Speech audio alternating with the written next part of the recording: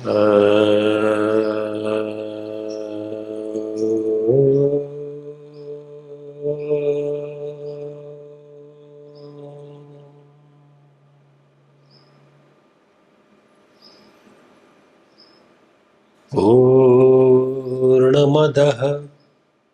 पूर्णमिदं पूर्णात् पूर्णमुदच्यते पूर्णस्य पूर्णमादाय पूर्णमेवावशिष्यते।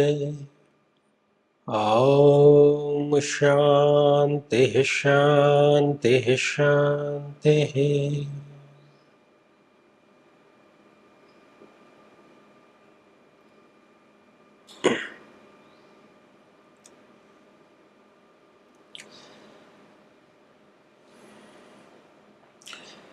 साथियों, आज की जिज्ञासा का जो प्रश्न है बहुत ही संक्षेप में केवल ये पूछा गया है कि धर्म का वास्तविक अर्थ क्या है। धर्म इस शब्द का वास्तविक अर्थ क्या है। अंग्रेजी में हम इसके लिए रिलीजन इस शब्द का इस्तेमाल करते हैं। अधिकांश लोगों के लिए जो धर्म है वो उनकी उपासना पद्धति से जुड़ा हुआ है। हिंदू, मुस्लिम, सिख, ईसाई, जैन, बौद्ध इत्यादि। लेकिन धर्म का जो वास्तविक अर्थ है वो है स्व का भाव, स्वभाव, इनर सेल्फ।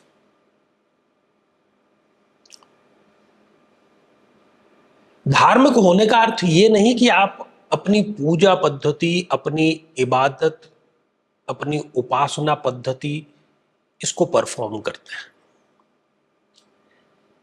धार्मिक होने का अर्थ ही केवल इतना है कि आप स्व के धर्म में है और ब्रह्मांड का एक एक अंश, चाहे वो कोई पशु हो, पक्षी हो, कीट पतंगे हो, नदी हो, पहाड़ हो, पेड़ हो, वो सभी अपने स्वभाव में रहते हैं। तभी हम उसको कहते हैं कि ये चीज है।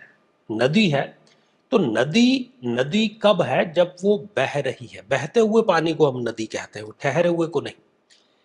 ठहरे हुए पानी को हम तालाब कहते हैं। अब संकट तब उत्पन्न हो जाता है जब हम अपने स्वभाव से विपरीत या उससे हट करके व्यवहार करना शुरू कर देते हैं, उसके लिए प्रयास करते हैं। हम जीवन में एक सर्टेन समय के लिए आए हैं, जन्म से लेकर के मृत्यु तक, और वो हम नहीं बन करके किसी और की नकल करना, किसी के विचारों से प्रभावित होकर के उसके जैसा जीवन जीने की चेष्टा करना। और यहीं पर हम सबसे बड़ी गलती करते हैं। और प्रोफेशनल हम देखते हैं कि अधिकांश लोग अपने जॉब से, अपने व्यापार से संतुष्ट नहीं है। उनको लगता है कि वो गलत व्यापार में है, गलत व्यवसाय में है, गलत जॉब में है, उनको कुछ और करना चाहिए। उनका मन जो है वो कुछ और है। और न केवल जॉब या आजीविका के प्रश्न पर, बल्कि जीवन में हर एक बिंदु पर उनको लगता है कि उन्होंने कुछ निर्णय गलत लिए। अब आगे चल करके उनको अब समझ में आ रहा है कि मुझे क्या और कैसे करना चाहिए था। मान लीजिए कि जो वर्ण व्यवस्था है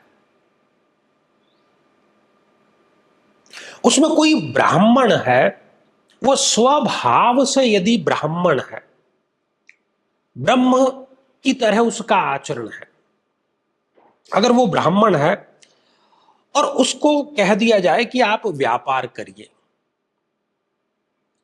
तो वो निश्चित रूप से घाटा ही लेकर के आएगा।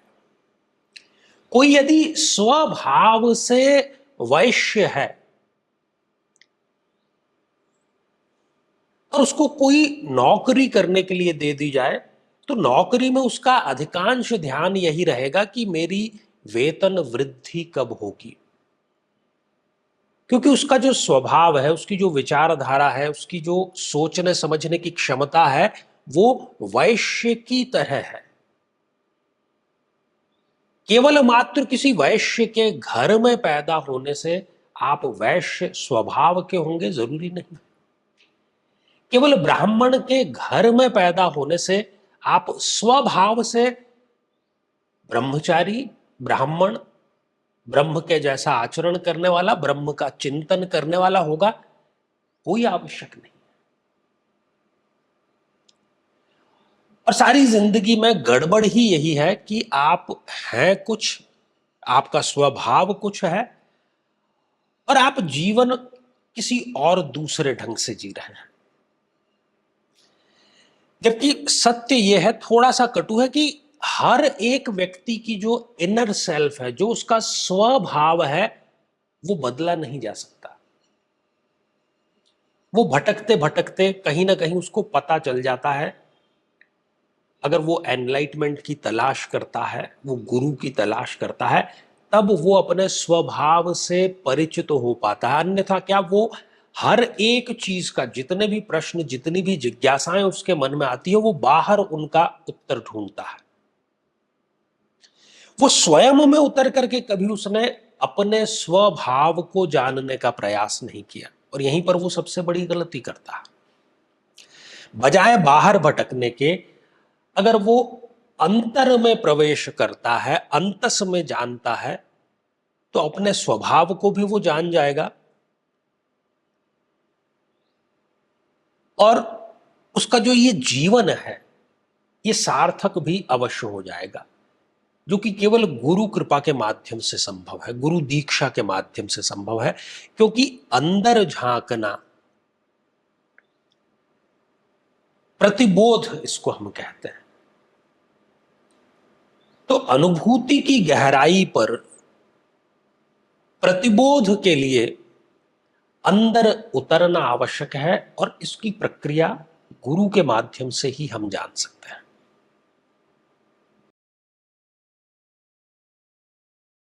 84 लाख योनियों में भटकने के बाद कहीं जाकर ये मानव शरीर मिला है, और जिसे हम भोग, वासनाओं और विलास में व्यर्थ दमा रहे हैं, जिसका सुनिश्चित परिणाम दुख और पछतावा है ही। जब तक जीवन है, सुख और दुख का ये क्रम तो चलता ही रहेगा, लेकिन गुरुदेव के आशीर्वाद से आप सदैव आनंदित, हर्षित और प्रसन्न बने रह सकते हैं। ये एक पुनर्जीवन के समान है। परम पूज्य गुरुदेव आचार्य चंद्रकांत जी से गुरु दीक्षा प्राप्त कर अपने जीवन को सार्थक बनाएं, ताकि आपको अलौकिक, पारलौकिक और सांसारिक सभी सुखों की प्राप्ति हो सके।